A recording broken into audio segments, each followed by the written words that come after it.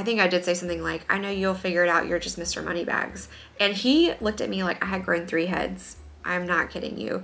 And so I realized, you know, that experiment, I did learn something from it. I need to find a new phrase or a new kind of, you know, way to affirm his abilities with our finances, but I just thought that was so funny. Relationships should, of course, first and foremost be about loving someone else, and you have to be selfless in some areas that it's difficult to be selfless in.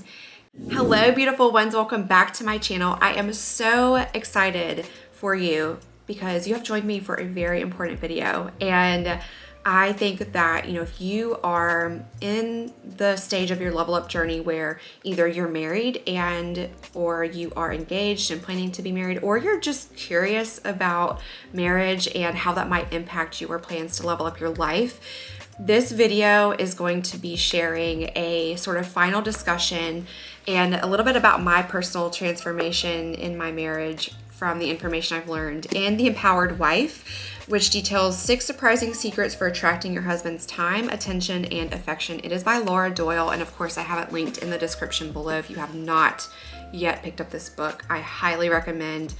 You know, it's nice to listen to someone else's take on it and perspective. I always get different thoughts from your comments in the videos on my channel, and I love that about being here on YouTube, and it's something that keeps me going when I have those days where I just am like, I just don't know if I can keep going anymore. I think of all of you and the value that we get from being here with each other and working through this transformation together. If you are new here and we are just meeting on this video, welcome. I am so happy to see you here. My name is Leisha, and I've been documenting my personal level up journey since about 2020 here on YouTube. I've been sharing my transformation from broke beach bum into feminine, elegant, and affluent woman. Those are the 3 words that sum up my goals for, I think, where I want to be. I would love to have you join me here. I typically upload on Sundays, and so this has been just a refreshment throughout my week to share with you what I'm learning, different experiences I've gone through, and I also share every year a sort of recap video of my goals that I have accomplished, some thoughts and things that were challenging, and I'll link those videos in the description below as well. So if you want to be encouraged, hopefully it's motivating to you. I know that it's not easy to find or to share with people in your day-to-day life, perhaps, you know, your biggest dreams and desires, and working through bringing more elegance, femininity, and of course affluence into your life. So I'm going to be covering the last 2 chapters of the book because she goes into the connection framework and sort of just how do you keep implementing and working on these skills that you learned. You can't just take in this information and do nothing with it, right? And then I'm going to share a little bit about the exciting and motivating results that I saw in my relationship. And finally, I will go over some of the areas of the book that I will say be careful with. I'll just leave it at that, okay? So let's start out with the connection framework. This is essentially Laura's method for helping you to stay on track with implementing these skills in your day-to-day life. I've talked more about my marriage and where I am in life in some other videos, but really quickly I'll say, you know, I'm coming up on 7 years of marriage. I was in a really long dating relationship with my husband before we got engaged, and we have been parents for a little over a year. So I was inspired to start this book this year in my journey because, you know, truly my husband has been a huge aspect of support for my level up journey. And when I went to him and said I wanted to take the Secrets of the Woman course, when I mentioned other courses and professional certifications I wanted to get, you know, in my career, he's always been very supportive of that. And so without him, you know, without his desire to level up his life as well, I could not be where I am today. And so it's very important to me to invest in my relationship and in my marriage and work on myself as a wife. And I cannot stress that enough, that, you know, it's important to me. So if it's important to you, I think these 4 pillars will serve a great purpose if you've gone through this book. So the first pillar is the 6 intimacy skills. Obviously, those are the majority of the content in the book, and she describes these as tools, not rules.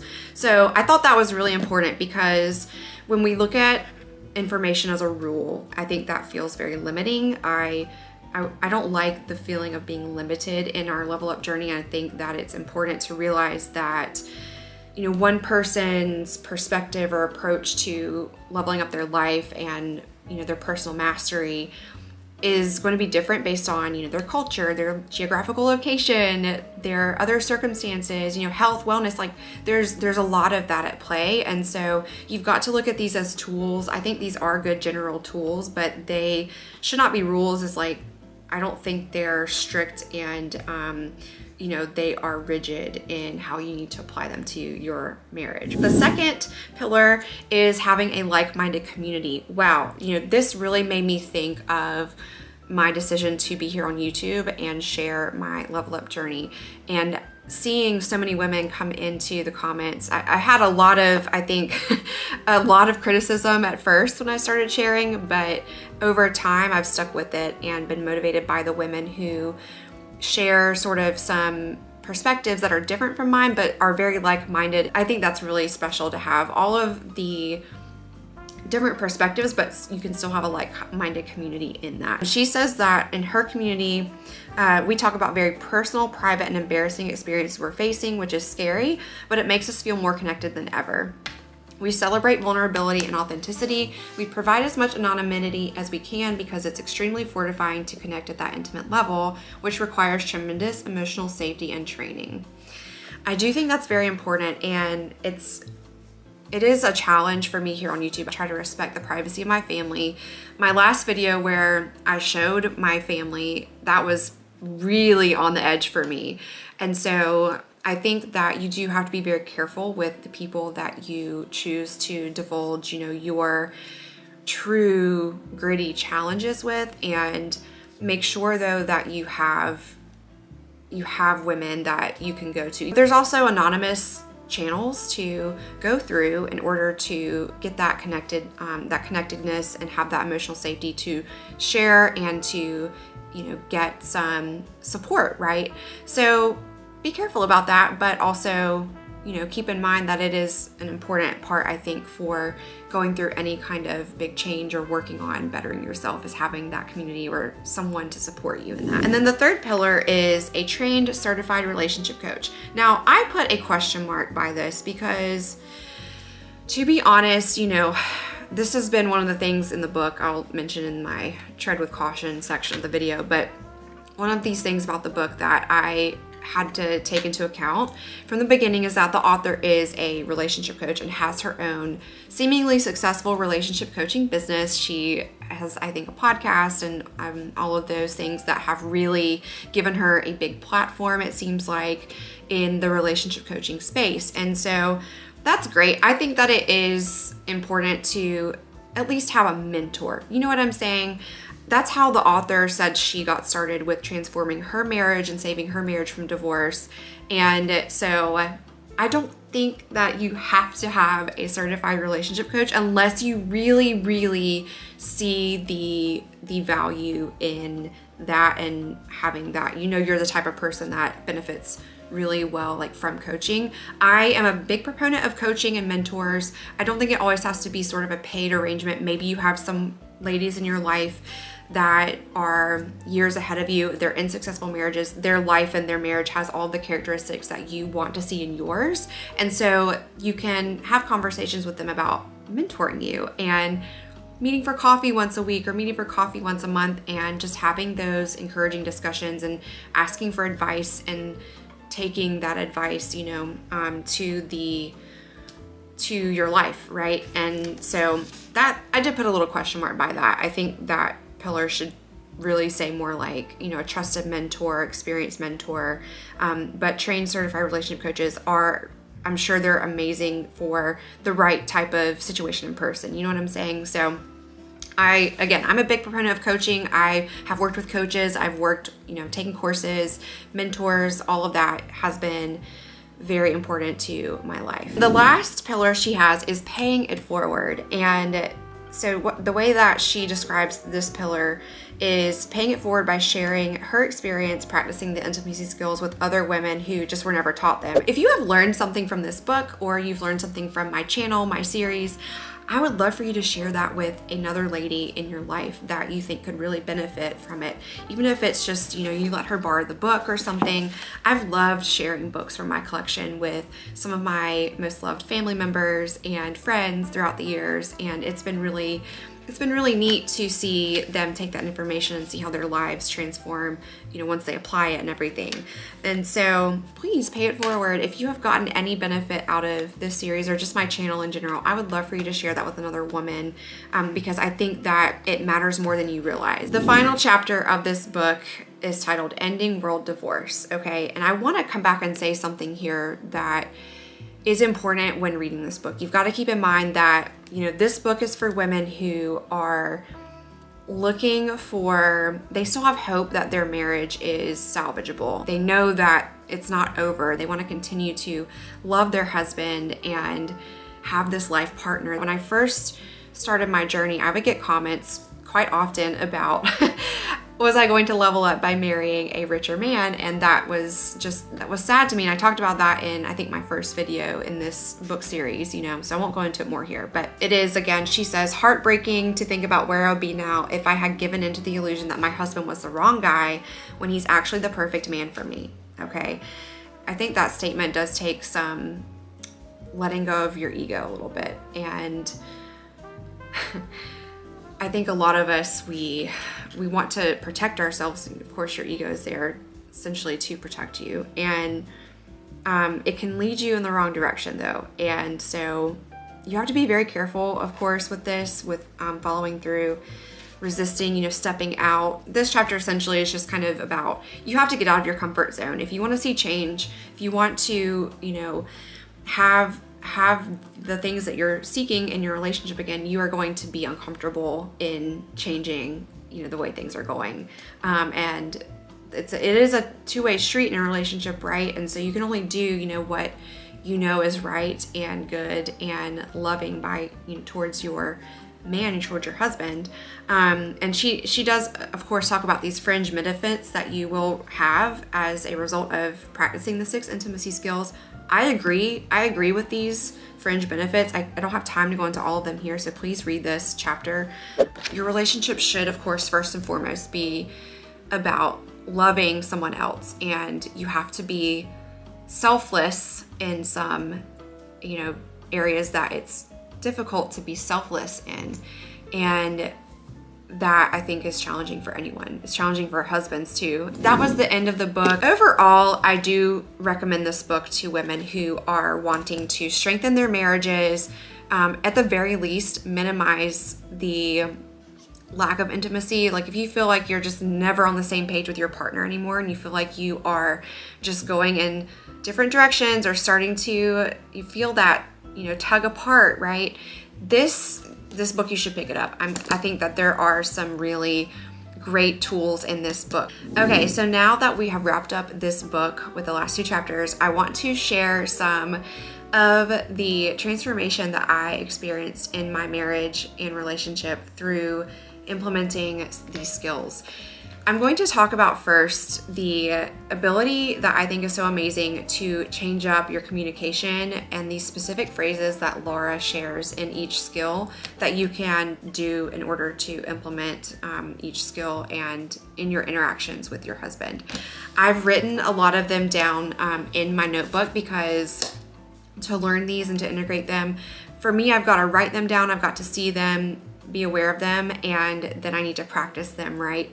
So I'll actually link a little printable down below if you want to grab that from me, and I would love to have you, use that, and you can put it on your mirror, you can put it in your journal so it's kind of hidden from your husband if you want.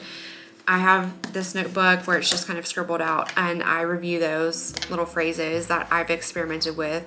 But I do think that it is important and helpful to be able to study those just a little bit, So for me, one of the biggest ones that helped was the rephrasing of a desire or, request that you have for your spouse. Instead of saying, oh, the trash really needs to go out, or I'm so tired of looking at this disgusting garage.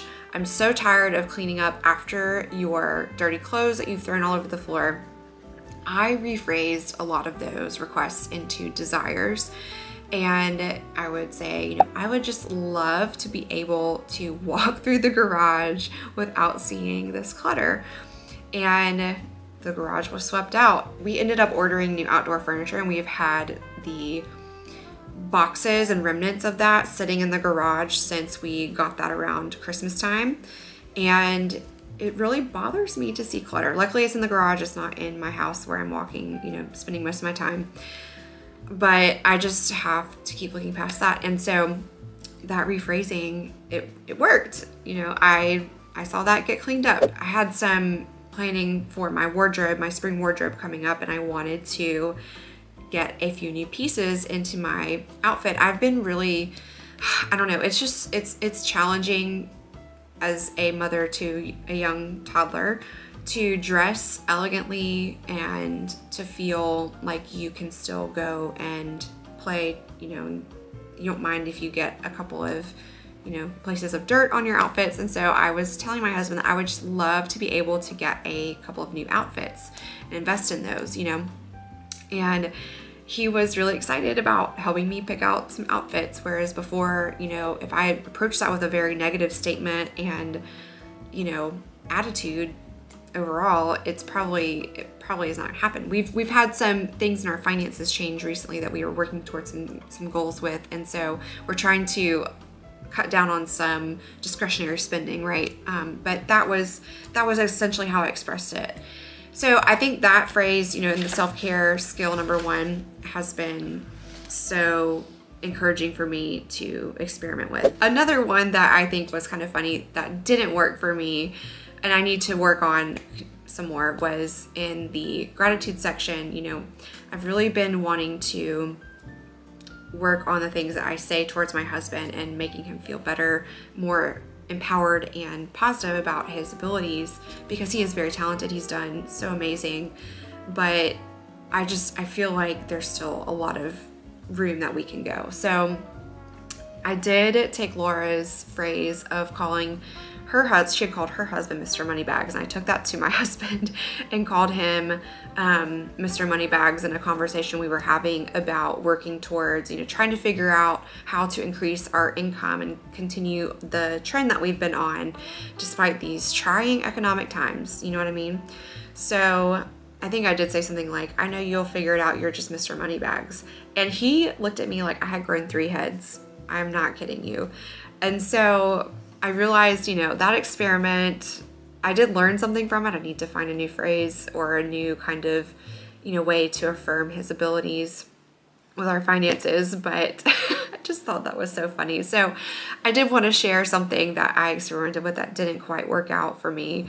And I think, you know, obviously over time you'll develop those phrases into your vocabulary, into your conversations, and you'll be able to see how your spouse reacts to them, and whether or not it's bringing you together and closer, and, you know, supporting each other in a way that is beneficial to your relationship being stronger and more intimate. Now, while I think all of these skills are beneficial and you should exercise them, experiment with them to the fullest extent that you can, I have to mention here at the end of this video, I have to wrap up with some areas to tread with caution, experiment with caution, okay? So the first one I wanted to mention, it comes from skill number 3, which is relinquish control of your man, and it pertains to relinquishing control of the finances. Now, I'm aware that the author has a successful business of her own and her husband is also successful. So I can't say that she is coming from a place of thinking that, you know, we need to be the 1950s housewife and just completely let go of the finances and have our husbands control everything and just not be aware of what's going on. No, I do not think that's the case at all. You've got to read it. If you haven't read the book, just please go read the book, and you need to read these ideas for yourself. But she's not saying to be financially illiterate, to not be aware of what bills are supposed to be paid, to not maintain yourself some skills that you could use to make an income and support your household, you know, in the way that you would like to. She's not saying that at all. What she's simply saying is more about the control aspect, that energy of control that we keep. And I think that you need to be careful with some of the practical things that she says to do. The actual chapter where this is covered is called Your Husband is Better with Money Than You Are. That title, just be careful with that title, because I just don't think that's always true. Okay, so she says things like separate accounts separate you. She does have some practical advice for setting up your experiment in this area, but just be careful. The separate accounts thing, I think, is the area to be the most careful with in this chapter. I think if it benefits you to let your husband have more control while you are keeping your eye on things, you're keeping your knowledge up, maybe you are making your own income. I've seen some couples that they will manage finances together, or the husband expects, the 50-50 from the wife. There are some areas with that to tread lightly. I think you might be undermining your relationship in some of those cases.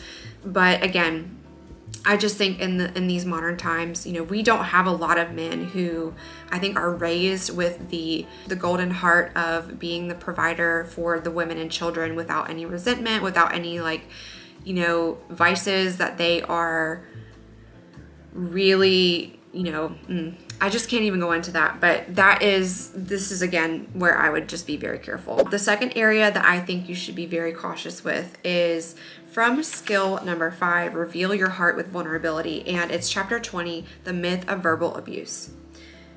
Be very careful with that. I discussed this more in detail in my previous videos, but again, it's about having an awareness, I think, of, are you the one that's bringing most of the arguments in, or is it truly, you're living in a toxic environment where someone is verbally abusing you, and that is not okay. And so I think believing that verbal abuse is a myth is just so dangerous. I don't know. I wouldn't not recommend this book because of this chapter, but it is a big red flag to be careful with, and hopefully you would realize that without kind of needing it to be stated. Again, the good in this book, I think, outweighs this chapter. And again, I think that this book is more for women who know that there's still hope. There's still a lot of good signs that you have that your relationship does not need to end in divorce, but I just don't think you should keep yourself in a situation where you are being verbally abused day in and day out. You need to separate yourself from that. Maybe there can be a time of separation and you can continue to work on these skills. Like Laura has some examples of women who that worked out for, but I would hate for you to be strung along in that, with that, the hope that is just kind of beyond hope, right? Like when you have hope that is false, it's kind of like that wishful thinking idea, right? That he'll change, that I think that's dangerous. So treading lightly here, but that is something to be very careful about for sure in this book. And you'll have to read the chapter for yourself to be able to determine what you think. All right, so I'm going to wrap this video up there. This has been a really wonderful series, I think, for my life. And again, a thought that I'll leave you with, I mentioned this in one of the posts that I did here on YouTube recently, about how if you get 20% of the information out of a book or a course or a podcast or something that you are taking in, and you apply it, and that 20% of the information changes your life completely, would it not be worth it? Would it not be worth, looking at some of the things that maybe in this book are just not beneficial, they're kind of garbage, or they don't work for you? The 20%, if that changes your life by 100%, I mean, it's worth it to me. So I'm going to continue to experiment with these things. I think I'll come back later this year and I will do an update on my marriage and these 6 intimacy skills and how has that impacted my life. Let me know in the comments below, what has been the biggest either transformation or realization from experimenting with these 6 skills as we've gone through this book? What has been the biggest one for you? And how has that motivated you to continue your level up journey? I am, again, so excited to be here with you for the rest of the journey for this year. I've got some really exciting goals and things that I'm going to be sharing with you very soon. So please stay tuned. And in the meantime, if you have not gotten to know me or watched some of the other content on my channel, I will link those for you here on the screen. And until next time, bye.